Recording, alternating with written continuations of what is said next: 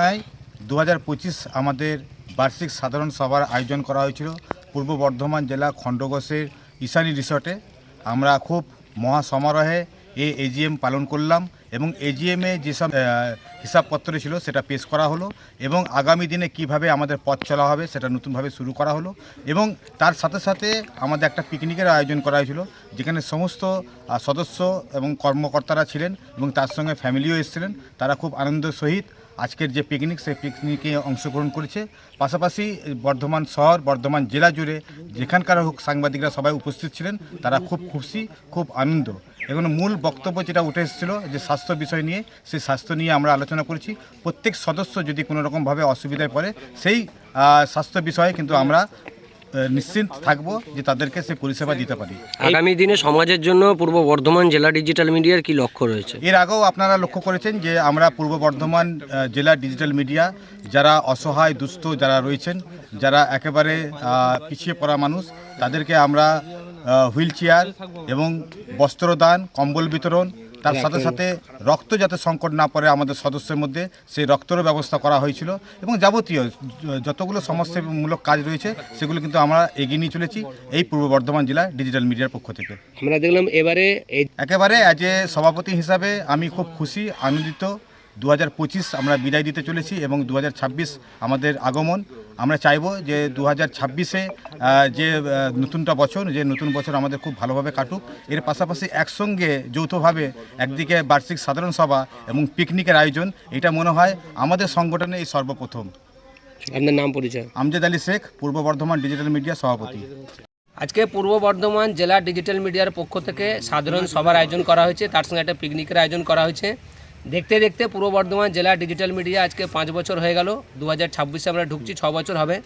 একমাত্র পূর্ব বর্ধমান জেলা digital media যেটা প্রথম সংগঠন, ডিজিটাল সংগঠন, সেটা হচ্ছে পূর্ব বর্ধমান জেলা ডিজিটাল মিডিয়া। তো আজকে আমাদের সংগঠনে দেখতে দেখতে প্রায় 100 জন সদস্য আমাদের রয়েছে। আর তার থেকেও বড় বিষয় রয়েছে, পূর্ব বর্ধমান জেলায় বিভিন্ন জায়গার সদস্যরা আমাদের সঙ্গে রয়েছেন। বাঁকুড়া, কালনা, কাটুয়া থেকে শুরু করে মন্তেশ্বর থেকে শুরু করে বিভিন্ন জায়গায়, গলসি, ভাতার, বিভিন্ন জায়গার সদস্যরা আমাদের সঙ্গে রয়েছেন। তো একসাথে আমাদের পিকনিক হলো, খাওয়া দাওয়া হলো, এজিএম হলো। আগামী দিন কী করে সংগঠন চলবে সেই নিয়ে বিস্তারিত আলোচনা হয় এবং এবারে আমরা নতুন একটা সিদ্ধান্ত যেটা নিতে চলেছি, আজকে যেটা আলোচনা হয়েছে, আমাদের নতুন একটি কমিটি গঠন হচ্ছে, সেটা হচ্ছে উপদেষ্টা কমিটি, যেখানে আমরা বর্ধমানে বিশিষ্ট মানুষজনদেরকে আমরা নিয়ে এই সংগঠনটা আমরা রাখবো। তারা আমাদের সঙ্গে থাকবেন, ডাক্তার, উকিল, পুলিশ, সাংবাদিক থেকে শুরু করে বিভিন্ন রকম সমাজসেবী মানুষজন তারা আমাদের সঙ্গে থাকবেন। এই বিষয় নিয়েও মূলত আলোচনা হয়।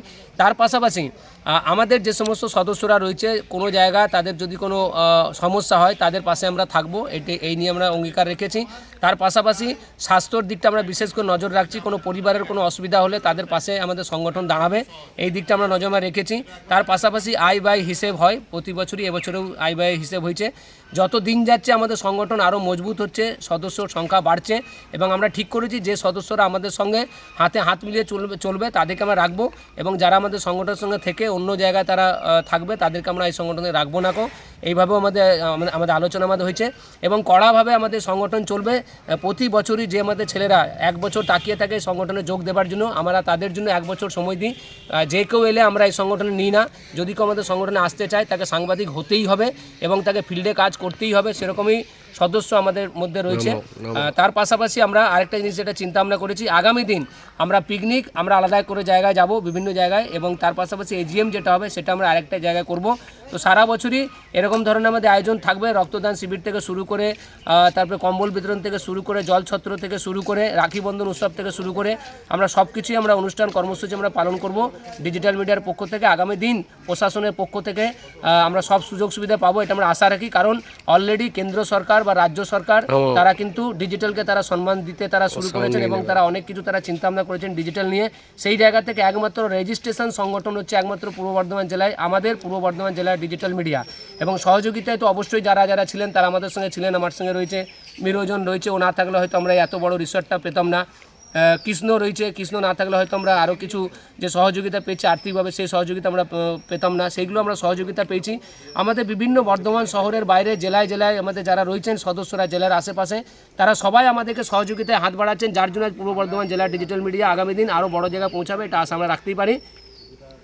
আপনার নাম পরিচয়? আমার নাম পিন্টু প্যাটেল, পূর্ব বর্ধমান জেলার ডিজিটাল মিডিয়ার সম্পাদক।